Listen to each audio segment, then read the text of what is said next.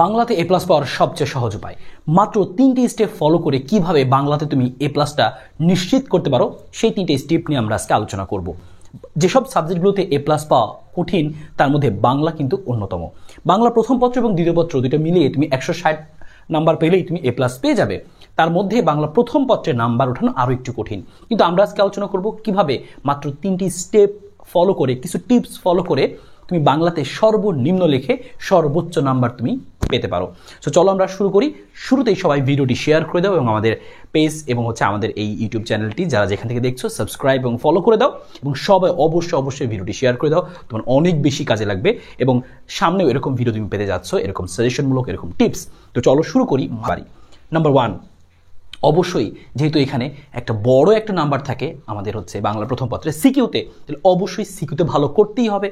So সিকিউতে ভালো করার জন্য আমাকে কী কী ফলো করতে হবে? সবার আগে সিকিউয়ের গঠনটা এবং সিকিউ লেখাটা, সিকিউয়ের পরিবেশনটা যেন খুবই সুন্দর হয়। সো শুরুতে দেখো সুন্দর পরিবেশনা। সুন্দর পরিবেশনা বলতে তুমি কী বুঝো? শুরুতেই তুমি পরীক্ষার হলে যখনই তুমি ঢুকবে, হ্যাঁ, এবং যখনই তুমি দেখবে হচ্ছে তোমার পরীক্ষার খাতা দিয়ে দিয়েছে, তুমি কি করবে? খুব দ্রুত, যত দ্রুত সম্ভব খাতাটা কালেক্ট করা যায়, খাতাটা নিয়ে খুব দ্রুত সুন্দর করে মার্জিন করে ফেলবে। এই টাইমটা কি করে, দোস্ত কি অবস্থা, কেমন পড়াশোনা করছো, এই গল্প স্বল্প অনেকে করে। পরীক্ষা তো এখনো শুরু হয়নি, এখনো 15 মিনিট আগে খাতা দিচ্ছে, আমি গল্প নো, তুমি শুরুতেই খাতা নিয়ে খুব দ্রুত মার্জিনটা সুন্দর করে প্রত্যেকটা পেজ তুমি মার্জিন করে ফেলবে। এবং এই সুযোগে যখন তুমি দেখছো তোমার খাতা দিয়েছে, এখনও তোমার 2-3 মিনিট বাকি আছে, তুমি প্রত্যেকটা মোমেন্ট কাজে লাগাবা। কারণ পরীক্ষা যখন শুরু হয়ে যাবে, প্রশ্ন যখন তোমাকে দিয়ে দিবে, তখন কিন্তু তোমার কিন্তু আর এদিক সেদিক তাকানোর টাইম নাই। তোমার কিন্তু একদম শুধু প্রশ্নের উত্তর লেখাতেই মনোযোগ দিতে হবে। তখন সেক্ষেত্রে মার্জিন করা, 1 নং প্রশ্নের উত্তর নিচে দাগ দেওয়া, সো এই জিনিসগুলো তোমার কাছে কিন্তু তখন একটু সময় সাপেক্ষ মনে হবে। সো তোমার যেটা করা উচিত, আগে থেকে যতটুকু এগিয়ে রাখা যায়। আমি পরীক্ষায় সবসময় কাজ করতাম, পরীক্ষায় খাতা কালেক্ট করে সাথে সাথে সর্বোচ্চ যতগুলো পেজ মার্জিন করা যায়, পারলে পুরো খাতাটাই মার্জিন করে ফেলতাম। এরপরে হচ্ছে যেটা করতাম, মার্জিন করে ফেলতাম সুন্দর করে, একদম পেন্সিল দিয়ে, তুমি পেন্সিল ইউজ করবা তাহলে খুব সুন্দর হয়। পেন্সিল ইউজ করে তুমি হচ্ছে সুন্দর করে মার্জিন করে ফেলো, স্কেল দিয়ে সুন্দর করে। অনেক খাতা ভাঁজ করে, দরকার নেই, ভাঁজ করার দরকার নেই। ভাঁজ করলে খাতার একটা সৌন্দর্য আসলে নষ্ট হয়। তুমি ওর থেকে সুন্দর করে মার্জিন করে ফেলবা।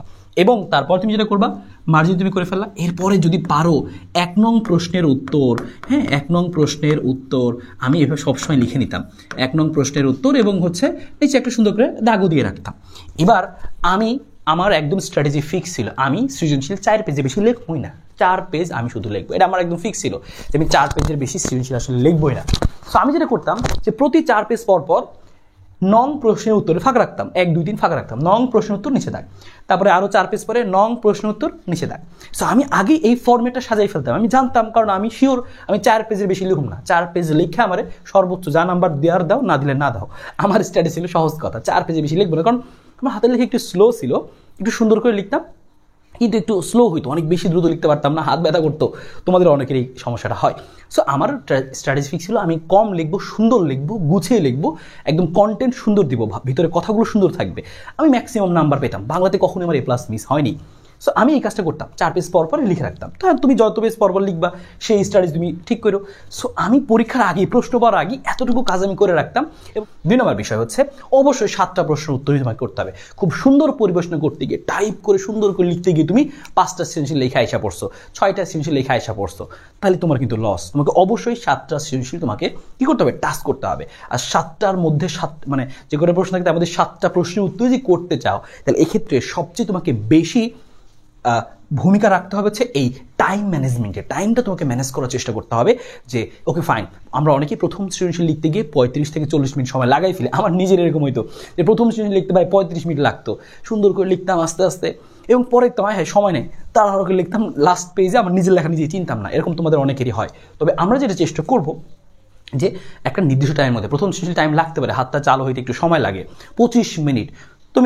তোমার সৃজনশীল লেখার জন্য টাইম হচ্ছে সর্বোচ্চ 20 থেকে 21 মিনিট, সেখানে তোমার 25 মিনিট 26 মিনিট যেতে পারে প্রথম সৃজনশীল। কিন্তু তারপরেই মাথায় রেখে তোমাকে পরবর্তী সৃজনশীল সেই টাইমটা মেক আপ করে ফেলতে হবে, নাহলে কিন্তু ঝামেলায় পড়ে যাবে। সো টাইম ম্যানেজমেন্ট করা খুবই জরুরি। যে একটা সৃজনশীল অনেক বেশি টাইম দিয়ে বাকিগুলো লিখতেই পারলা না, সো এটা করা যাবে না, নো, কোনোভাবে না। তোমার টার্গেট থাকবে 7টায়, 7টা উত্তর করবো, খুব সুন্দরভাবে লিখবো, গুছিয়ে লিখবো। যাদের হাতের লেখা একটু স্লো তারা কম পেজ লিখবো, পেজ গুনে তোমাকে নাম্বার দিবে না, তোমাকে কিন্তু স্টেপ গুনে তোমাকে নাম্বার দেবেন, সেটা আমি একটু পরে তোমাকে দেখাবো। সো এই 3টা কাজ অবশ্যই আমরা করবো। টাইম ম্যানেজমেন্ট আমরা সবাই জানি। এবং সবচেয়ে গুরুত্বপূর্ণ কথা হচ্ছে এটা যে বইয়ের ভাষার সঙ্গে তাল মিলে লেখার চেষ্টা করবো। আমরা অনেক সময় সৃজনশীল লিখতে গিয়ে যা মনে চাই তাই লিখে দিই। সো স্যাররা যখন খাতা দেখবে তোমরা মনে করো যে স্যার মনে হয় খালি সুন্দর লেখা এবং হচ্ছে কয় পেজ লিখছে নাম্বার দিবে। নো, স্যাররা কিন্তু প্রথম সৃজনশীল অ্যাটলিস্ট বা যে কোনো সৃজনশীল স্যাররা কিন্তু অ্যাটলিস্ট পড়ে দেখে তুমি কি লিখছো। স্যার যখন একটা দুইটা তোমার সৃজনশীল পড়বে তোমার সম্পর্কে ধারণা তৈরি করে নেবে। সো তোমাকে যেটা চেষ্টা করতে হবে যে তুমি ঠিক আছে তুমি নিজের মতো করে বানিয়েই লিখবা, বাংলা তো বানিয়েই লিখবা, সমস্যা নেই, কিন্তু সেখানে যেন বইয়ের একটা ভাইব থাকে। তুমি যেন স্যার মনে করে যে না ছেলেটা খুব সুন্দর করে বইয়ের কিছু ভাষা কিছু তথ্য তুমি বুঝবা কেমন ভাই আমি কেমনে লিখবো, তাহলে বইয়ের ভাষা আমি কেমনে আবার লিখবো। দেখো তুমি কি করবা 3 থেকে 4টা সিকিউর তুমি ঘটা রিডিং পড়বা ভালো করে, তাহলে তুমি ধারণা পেয়ে যাবা যে ওরা কোন স্ট্র্যাটেজি ফলো করছে, কোন ধরনের ভাষা ইউজ করছে।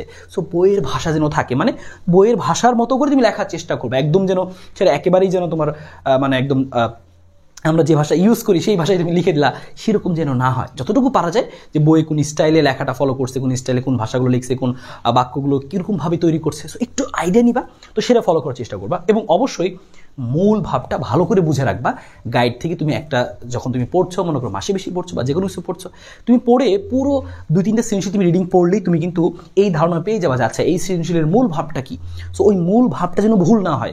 সিকিউ ভালো করতে হলে এই কাজটা করতে হবে। সিকিউতে ভালো নাম্বার পেতে হলে তোমাকে এই পয়েন্টটাতে খুব ভালো করে ফোকাস করতে হবে। সো এই পয়েন্টটা খুবই গুরুত্বপূর্ণ, হ্যাঁ, কারণ তুমি খালি লিখলেই নাম্বার দিবে তা না, তুমি কম কথা লিখো কিন্তু স্পষ্টভাবে একদম মূল ভাব, যেটা বেশি বাড়তি কথা লেখার দরকার নেই, মূল ভাবটা সুন্দরভাবে গুছিয়ে লেখো। এই জিনিসটা আমরা একটা চেষ্টা করবো। 1 নম্বর বিষয় গেল। 2 নম্বর, কখ কোনোভাবেই ভুল করা যাবে না। গখ নিয়ে কথাবার্তা বললাম, সো কখ ভুল করা যাবেই না, কারণ কখতে নাম্বার যদি তোমার একদম কেটে যায়, 1 নাম্বার 2 নাম্বার করে যদি কেটে যায় তাহলে কিন্তু হিউজ নাম্বার কাটা যাবে। সো এই কখতে কোনোভাবে ভুল করা যাবে না। 7টার মধ্যে 7টাই কখ তোমাকে পারতে হবে। এবং নাম্বার 3 হচ্ছে এমসিকিউতে অবশ্যই তোমার আছে আসলে কি সিকিউ মানে গ ঘ ক খ এমসিকিউ, তাই তো সব কিছুতে ভালো করতে হবে। সিকিউতে এ প্লাস পাওয়া সহজ হয়, তার মানে তো এমন না যে একটা সৃজনশীল লিখে তুমি এ প্লাস পাবা, সবই তোমাকে লিখতে হবে, ভালো মতোই লিখতে হবে, এ প্লাসটা পাবা না। সো এখানে আমরা কি ফলো করতে পারি, দেখো যদি বাংলা প্রথম পত্রেই তুমি ম্যাক্সিমাম নাম্বার উঠায় রাখতে চাও, ভালো হয় যে তুমি এমসিকিউতে যে ম্যাক্সিমাম নাম্বারটা পেয়ে রাখো। এমসিকিউতে তুমি মনে করো 25, 26, 27 যত ম্যাক্সিমাম তুমি পাও সেটা তুমি পেয়ে রাখলে তোমার জন্য ভালো। সিকিউতে তোমার প্রেশার কম পড়বে। যদি এমসিকিউ খারাপ করো এ প্লাস পাওয়া যাবে, সমস্যা নেই, তাহলে সিকিউতে অনেক ভালো করতে হবে। আর সিকিউতে তোমার যদি লেখা একটু নড়বড়ে হয় বা তুমি হচ্ছে একটু কাটাকাটি বেশি করে ফেলো বা খুব একটা সুন্দর পরিবেশনা দিতে পারো না, চাইলেও দিতে পারো না, সো তাদের জন্য কিন্তু এমসিকিউতে বেশি ফোকাস করতে হবে। সো চেষ্টা করতে হবে ব্যালেন্স রাখা, সিকিউ এমসিকিউ সবই যেন ভালো হয়, এই হচ্ছে মেইন কথা। এখন ভাই সিকিউ কি করবো, কিভাবে লিখবো, একটা ডেমো তোমাকে আমি দেখাচ্ছি। সবচেয়ে বড় কথা যে এইভাবে তুমি ফলো করে তোমার অনেক বেশি লেখা দরকার নেই। অনেকে মনে করো সিকিউতে বেশি লিখলে একদম বেশি নাম্বার, নো, 5 পেজ 6 পেজ লেখা দরকারই নেই। আমি হাইস্ট 4 পেজ লিখতাম, 4 পেজ লিখতাম। এর বেশি আমি তো আগেই তোমাকে বলছি আমার স্ট্র্যাটেজি ফিক্স ছিল 4 পেজের 1 লাইন বেশি লিখুন না, নাম্বার দিলে দে, না দিলে না দে, আমার একদম সহজ কথা। তোমাকে আমি দেখাচ্ছি যে কিভাবে তুমি সিকিউ লিখবা। অনেকের প্রশ্ন ভাই সিকিউতে কত পেজ লিখবো, আমার কথা ভাই 4 পেজ লেখ, কিন্তু সুন্দর করে লেখ, গুছায় লেখ, সেটা খুব সুন্দর দেখেই যেন সুন্দর একটা ওয়াও একটা ভাইব আসে। সো আমি তোমাকে একটু বলে দিচ্ছি, এবং আমি বেশ কিছু চালাকি করতাম, আস্তে আস্তে লিখতাম, তো সময় পাইতাম না, খুব মানে বিটলামি করতাম। বিটলামিগুলো কী করতাম যে কম লিখে বেশি দেখাইতাম যে অনেক বেশি লিখছি। কীরকম খেয়াল করো, এই দেখো আমি একটা স্ট্যান্ডার্ড ডেমো দেখাচ্ছি, আমি এইভাবে লিখতাম সবসময়। সো শুরুতে 1 নং প্রশ্নের উত্তর আমি সাপোজ লিখছি বা 2 নং প্রশ্ন উত্তর লিখলাম, তারপরে উত্তর এবং ক নাম্বার। এবং এখানে দেখো যেখানে তুমি ভিন্ন কালার ইউজ করছি, তুমি এখানে সর্বোচ্চ নীল কালার ইউজ করতে পারো, অন্য কোনো কালার ইউজ করবা না, সবুজ, লাল, নো, অন্য যে কোনো পিঙ্ক কোনো কালার ইউজ করবা না, শুধুমাত্র অন অ্যান্ড অনলি নীল। তুমি ভিন্ন কালার যদি ইউজ করো অনলি নীল কালারের পেন তুমি ইউজ করবা অনলি, এর বাইরে অন্য কোনো কালার তোমার ইউজ করবা না, অন্য কোনো ইউজ করবা না, হয় কালো এবং নীল এই দুইটার মধ্যে। সো তুমি এভাবে লিখে ফেলো উত্তর ক। দেখো তাহলে দেখো এই কটা নর্মালি 1 লাইনের মধ্যেই হয়ে যায়। সো তুমি সুন্দর করে শুরু করলা, চেষ্টা করবা এই জিনিসটা মেনটেন করো। তুমি যে মার্জিন করছো এবং দেখি মনে করো মার্জিন আমার এদিকে আসে, মনে করো, হ্যাঁ আমি তোমাকে দেখাচ্ছি, মনে করো যে এটাই মনে করো মার্জিন, এবং এইদিকেই মনে করো এখান থেকে মার্জিন, এগুলাই মনে করো মার্জিন, এদিকে পেজ ছিল মনে করো মার্জিন। এবং তারপরে তুমি লেখা শুরু করছো, তুমি খেয়াল করে দেখো একটা জিনিস, তুমি লেখাটা সুন্দর হবে কীভাবে। তুমি অনেকে বলছে ভাই লেখা সুন্দর না, লেখা কীভাবে সুন্দর করবা, আমি একটু তোমাকে কয়েকটা ছোটো করে কয়েক জিনিস বলে দিই। মেনটেন করো এই জিনিসটা মোটামুটি ঠিকঠাক থাকে, কারণ আমাদের অনেকের লেখার মধ্যে এরকম হয় যে নিজেই খেয়াল করে দেখো তোমার হাতের লেখা বের করে 1 লাইন শুরু করছো হেনে, পরের লাইন শুরু হয়েছে হেনে, পরের লাইন শুরু হয়েছে হেনে, পরের লাইন শুরু হয়েছে হেনে, এমনি অটোমেটিক হয়ে যায়, তাই না? মানে জিনিসটা এরকম হয়ে যায়, তো তখনই লেখাটা কিন্তু আর ভালো লাগে না, দেখতে ভালো লাগে না। তুমি এরকম লিখলা, লেখাটা সুন্দর লাগে না। তুমি চেষ্টা করবা, কারণ এরকম আমরা কম্পিউটারের মতো লিখতে পারবো না, কিন্তু চেষ্টা করবো সেটা মোটামুটি একটা আন্দাজ যেন ঠিক থাকে, যেন আমি সবগুলো এখান থেকে শুরু করলাম, তাহলে অ্যাটলিস্ট একটা সৌন্দর্য বাড়বে এটার। হ্যাঁ, সো এই জিনিসটা একটা জিনিস তুমি করার চেষ্টা করো, এই যে এই জিনিসটা মেনটেন করার চেষ্টা করো যতটুকু পারা যায়। এবার ক নাম্বার তুমি চেষ্টা করবে এক লাইনে বা হচ্ছে একদম টু দ্য পয়েন্টে জ্ঞানমূলক যা চাইছে ওটা বলে দিবা, শেষ। কোনো এক্সট্রা বাড়তি কথা বলার তোমার টাইম নাই, লিখবো না। খ নম্বরে যেটা করবো আমরা, খ নম্বরে কিন্তু অনুধাবনমূলক অবশ্যই 2টা স্টেপ থাকতে হবে, অবশ্যই 2টা স্টেপ থাকবে। স্টেপগুলো কিন্তু স্যাররা দেখবে তুমি মনে করো একদম লেখা ভরাই ফেলছো, একদম এখানে কোনো স্টেপ নাই, তুমি লেখা ভরাই ফেলছো, আরও অনেক লাইন লিখছো, লাভ নাই, তুমি নাম্বার পাবা না। তোমাকে যেটা করতে হবে অবশ্যই স্টেপ ফলো করতে হবে। যেহেতু খ নাম্বার, তার মানে একটা অংশ থাকবে জ্ঞান এবং আরেকটা অংশ থাকবে কি অনুধাবন। তাহলে শুরুতে তোমাকে যে বলছে এর সাথে এর এটা বলতে কি বুঝো, তুমি এক লাইনে বলবা এটা বলতে কবি এটি বুঝিয়েছেন, শেষ। প্রথমটা জ্ঞান লেখা শেষ।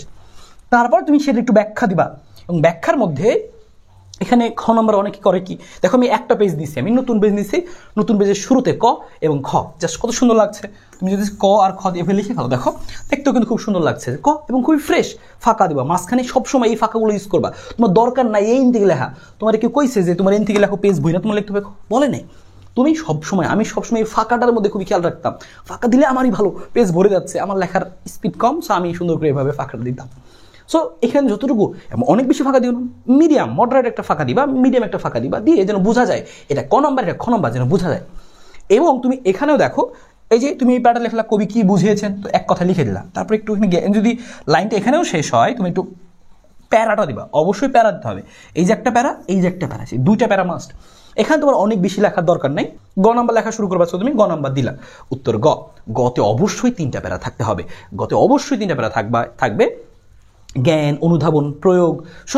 সো এই জিনিসটা তোমাকে মেনটেন করতে হয়। দেখো আমি জ্ঞানটা লিখছি এখানে, যতটুকু লেখা, যে এখানে সাদৃশ্য রয়েছে নাকি বই সাদৃশ্য রয়েছে বলবা, উদ্দীপকের সাথে এই গল্পের এই চরিত্রের সাদৃশ্য রয়েছে, তুমি নিজে ব্যাখ্যা করা হলো বা ব্যাখ্যা তুমি করবা। সো এই মেন কথাটা এখানে, যে কার সাথে সাদৃশ্য রয়েছে, জ্ঞান শেষ। তারপর তুমি সেটা সম্পর্কে অনুধাবন লিখবা, একটা প্যারা থাকবে। এবং দেখো প্রত্যেক প্যারার মাঝে সুন্দর করে কিন্তু মডারেট ফাঁকা দিচ্ছি, তুমি এমনভাবে লিখবা তোমার জন্য লেখাটা বোঝা যায়, একটা প্যারা চোখে খাতা দেখে যেন বোঝা যায় একটা প্যারা, সুন্দর সুন্দর প্যারা। অনেক বেশি ফাঁকা দিব না, অনেক কমও ফাঁকা দিব না, প্যারাটা যেন সুন্দর হয়। সো এটা তারপরে তুমি এই যে প্রয়োগটা করলা, এখানে প্রয়োগলা, এবং কখনোই তুমি এখানে শেষ করবা না, তুমি বরঞ্চ করবা কি, 2 লাইন যদি থাকে এখানে লিখে, এই পর্যন্ত লিখে মোটামুটি একটু মোটামুটি হালকা ফাঁকা রাখবা, একটু ফাঁকা রাখলা, মোটামুটি লিখে তুমি এই পেজে চলে আসবা, এই পেজে এসে 2-3 লাইন লিখে এখানে শেষ করবা। এতে তোমার লাভ আছে। আমি এই কাজ সবসময় করতাম, যে টেনে এনে যেমনি হোক এই পেজে এসে শেষ করতাম। সো শেষ করলে লাভ কি আমার? এবং দেখো আমি শেষ করতাম কখনো এখানে শেষ করতাম না, কোনো প্যারার এখানে শেষ করতাম না, সবসময় আমি প্যারাগুলোকে টেনে এনে এখানে শেষ করতাম বা এখানে শেষ করতাম। তাহলে আমার লাভ কি? একে তো আমার এই লাইনটা লেখা লাগতেছে না কষ্ট করে, একে তো আমার একটু দেখতেও মনে হচ্ছে বড়। স্যার যদি কোনো স্যার চিন্তা করে না ছোটো লিখছে, সেই স্যাররা আমি এই ভাইব দিতাম যে না ছোটো লেখা নেই, তো আমি ছোটো লিখে নেই। সো এটা দেখানোর চেষ্টা করতাম যে এখানে শেষ করলে 3 লাইন মনে হচ্ছে, এখানে 4 লাইন, একটু বেশ ওকে ফাইন চলে। এবং এখানে শেষ করলা, এবং দেখো এখানে শেষ করলে লাভ কি, তুমি ওই পেজে ওই 1 লাইন 2 লাইন না লিখে এখানে কেন লিখলা? কারণ এখন তুমি একটা ফাঁকা মারতে পারবা, এই দেখো একটা ফাঁকা মারতে পারলা। সো এই যে ফাঁকাটা তুমি মারতে পারলা, তোমার জন্য দেখতেও সুন্দর হবে, এবং হচ্ছে স্যারের কাছে মনে হবে ঠিক আছে 1 পেজ লিখছে, এবং এখানে আরো 4 ভাগের 1 ভাগ তো লিখছে পেজে। ওকে, ঘ নাম্বারটা শুরু করলাম। ঘ নাম্বার তুমি কি করবা? দেখো 4টা স্টেপ হবে ঘ নাম্বারে। এরপরে দেখো এখানে নতুন একটা প্যারা শুরু হয়েছে, নতুন এটা হচ্ছে প্রয়োগ। তাহলে 4টা স্টেপ বুঝছো? দেখো একটা, তারপর হচ্ছে এই যে একটা 2টা, এই যে 3টা, আর এই যে লাস্টে হচ্ছে প্রয়োগ 4টা। সো এভাবে করে তোমার এখানে অনেক লেখা আছে, তুমি হচ্ছে মোটামুটি সুন্দর করে গুছায় লিখবে, এবং অবশ্যই তোমার জন্য বোঝা, দেখো প্যারা বোঝা যাচ্ছে। সো এই কয়েকটা জিনিস তুমি ফলো করবা লেখার মধ্যে। দেখো এখানে ফাঁকা মারছি, নিচে মোটামুটি একটু শেষের দিকে এসে লিখতাম আর কি, যতটুকু লেখা যায় এখানে 6-7 লাইন যা লেখা যায়, মাঝখানে একটু ফাঁকা, লাস্টের পেজ দিয়ে লিখতাম। তাহলে ভাইবটা কি আসতো, যে ঘ নাম্বারটা এই পেজ পুরোটা লিখছি, আবার এই পেজেরও বিশাল একটা অংশ লিখছি, মানে 1.5 পেজের মতো লিখে ফেলছি। তাহলে মোট কয় পেজ হলো খেয়াল করো। দেখো এখানে, দেখো এই যে 1 পেজ, 2 পেজ, এই যে 3 পেজের এইটুকু, আর এই যে ঘ নম্বরের 3 পেজের এখান থেকে শুরু, এই 4 পেজে শেষ। আমি বলছিলাম না 4 পেজের 1 লাইনের বেশি আমি লিখতাম না, আমি ঠিক এভাবে লিখতাম, এবং এতে করে আমার নাম্বারও বেশ ভালোই আসতো, আমি কখনো আমার A+ মিস হয়নি বাংলাতে। সো এইভাবেই করে লিখতাম, লেখাগুলো একটু সুন্দর করে লেখার চেষ্টা করতাম, কাটাকাটি ডা করে চেষ্টা করতাম, একটু গুছিয়ে লেখার চেষ্টা করতাম, হাতের লেখাটা সুন্দর করে চেষ্টা করতাম। এখন তুমি বলতে হচ্ছে ভাই সো এটা তো একটু প্রথম সৃজনশীল লিখলাম, পরেরগুলো দেখতাম, লাস্টে কিন্তু লেখাটা একটু খারাপ হয়ে যায়। তো তোমাকে চেষ্টা করতে হবে যে 20 থেকে 21 মিনিটে এই লেখাটাই তোমাকে লিখতে হবে। তোমার কাজ এখন কি? বাংলা পরীক্ষা তোমার যতটুকু সময় আছে, এই সময় তোমার কাজ কি? তোমার একটা কিন্তু টাস্ক আছে, আমি তোমাকে টাস্ক দিয়ে দিচ্ছি, সবাই এই কাজটা করবা। তুমি এই যে এখানে যে আমি স্ট্যান্ডার্ডটা দেখাইছি, এই স্ট্যান্ডার্ডে তোমার একটা ভার্সন তুমি তৈরি করবা, যে তোমার আইডিয়াল সিকিউ যে তোমার পরীক্ষা যদি এইভাবে করে তুমি লিখতে পারতা সিকিউটা, আহা তুমি অনেক খুশি হইতা। সো ওরকম একটা সিকিউ বানাও বাসায়, 30 মিনিটে 40 মিনিট লাগুক, তুমি আগে একটা 30 বা 40 মিনিটে, সময় বেশি লাগুক সমস্যা নেই, প্রথমবার বাসায় লিখছো একটি স্ট্যান্ডার্ড একটা এরকম 4 পেজের মধ্যে, বা কেউ যদি একটু বেশি লিখতে চাও লেখো, বেশি লেখার উপরে নাম্বার তুমি পাবা না, স্টেপগুলো যদি ফলো করো, এই যে জ্ঞান, অনুধাবন, প্রয়োগ, এই স্টেপগুলো মাস্ট থাকতে হবে। তারপরে তোমার হাতে লেখাতে আরও বেশি অনেক ফাস্ট হয়, তুমি আরও 1 পেজ বা আরও অর্ধেক পেজ লিখে ফেলো, কোনো আপত্তি নাই। এই আইডিয়াল সিকিউটা বানিয়ে, এই তোমার হচ্ছে আইডিয়াল সিকিউটা বানিয়ে সবাই আমাদের দর্পণ একাডেমি যে ফেসবুক পেজ, সবাই এখানে একটা পোস্ট দিবা যে দর্পণ একাডেমি, হ্যাঁ দর্পণ একাডেমি বাংলা সিকিউ চ্যালেঞ্জ, হ্যাঁ সো সিকিউ চ্যালেঞ্জ সবাই, তাহলে CQ challenge hashtag CQ challenge সবাই এটা লিখবা যে হ্যাশট্যাগ সিকিউ চ্যালেঞ্জ, হ্যাঁ সিকিউ চ্যালেঞ্জ তুমি লিখে, তুমি এই হ্যাশট্যাগ সিকিউ চ্যালেঞ্জ লিখে তুমি এই তোমার যে আইডিয়াল সৃজনশীলটা লিখছো, এই যে 4 পেজ বা 5 পেজ যেভাবে তুমি লেখো, তোমার যে ভার্সনটা 4 পেজ 5 পেজ 6 পেজ যা পারো তুমি সর্বোচ্চ, তবে আমার মনে হয় যে এই 4 পেজটা হচ্ছে আমার মতো যারা আছো তাদের জন্য বেস্ট। 4 পেজে কম লিখবো, সঠিক লিখবো, শুদ্ধ লিখবো, বইয়ের ভাষা দিয়ে সুন্দরভাবে লিখবো, ওকে ম্যাক্সিমাম 100% ম্যাক্সিমাম আমার বাবা, কোনো সন্দেহ নাই এখানে, হ্যাঁ।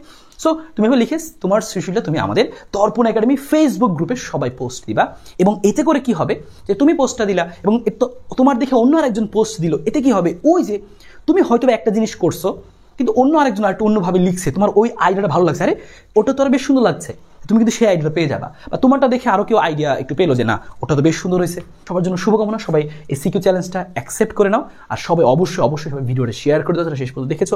একটু হলেও তোমার কোনো না কোনো আইডিয়া তো তোমার মাথায় এসেছে, বা এই হয়তো বা অনেকেই আইডিয়াগুলো ফলো করেই লিখতা, তারাও কমেন্টে জানাও যে ভাই আমি এই আইডিয়া ফলো করতাম। সো অবশ্যই ভিডিও শেয়ার করে দাও, সবাইকে দেখার সুযোগ করে দাও, এতে তোমার টাকাও লাগবে না, পয়সাও লাগবে না। অবশ্যই ভিডিওটা আমাদের চ্যানেলটাতে ফলো এবং আমাদের চ্যানেলে সাবস্ক্রাইব করে রাখো, সামনে এরকম অনেকগুলো টিপস এবং সাজেশন তুমি পেতে যাবে অন্যান্য সাবজেক্টের জন্য। সো সর্বোচ্চ পরিমাণ শেয়ার এই ভিডিওতে চাই। সো ভালো থাকো, দেখা হবে, এবং সবাই সিকিউ চ্যালেঞ্জে অবশ্যই অংশগ্রহণ করবা।